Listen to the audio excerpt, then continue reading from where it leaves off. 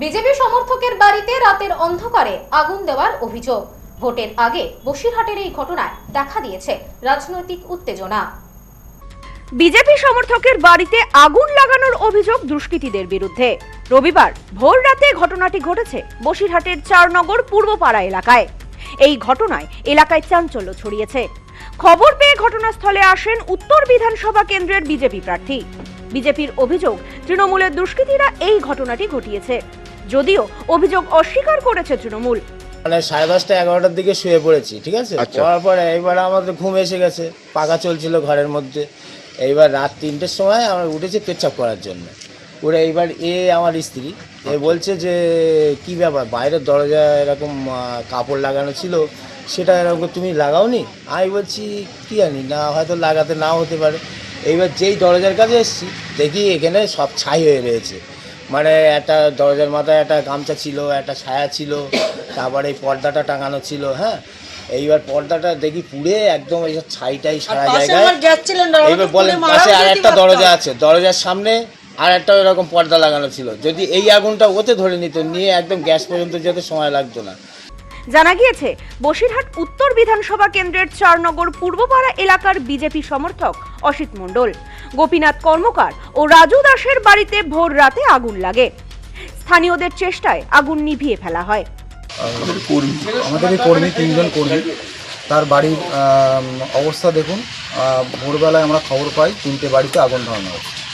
আপনি আপনার ফটোও দেখেছেন। এবার হচ্ছে কি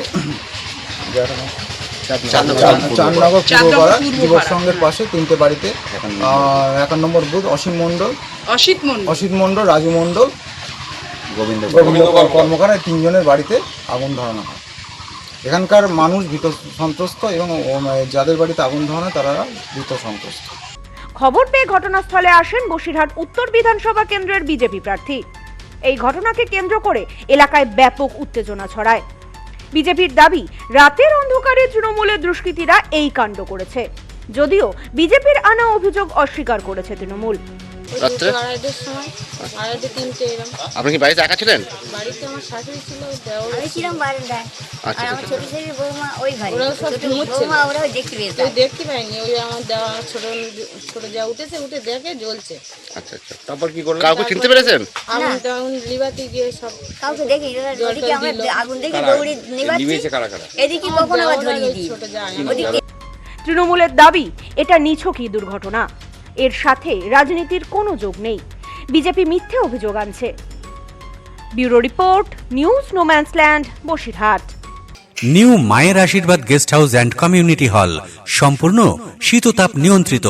পাবেন অত্যাধুনিক এবং আন্তরিক পরিষেবা, যেখানে রয়েছে একসাথে 250 জনের অনুষ্ঠানের জায়গা, প্রশস্ত এরিয়া, 3টি রাস্তা সহ পার্কিং এর সুব্যবস্থা, অতিথিদের থাকবার জন্য পৃথক ঘরের ব্যবস্থা। বিয়ে সহ যে কোনো অনুষ্ঠানের বুকিং শুরু হয়ে গেছে। এখন বুকিং এর উপর রয়েছে 5% ডিসকাউন্ট। নিউ মায়ের আশীর্বাদ guest house and community hall, বাটামোড়, town মার্কেটের পিছনে। ফোন 9932389693 এবং 9153032873।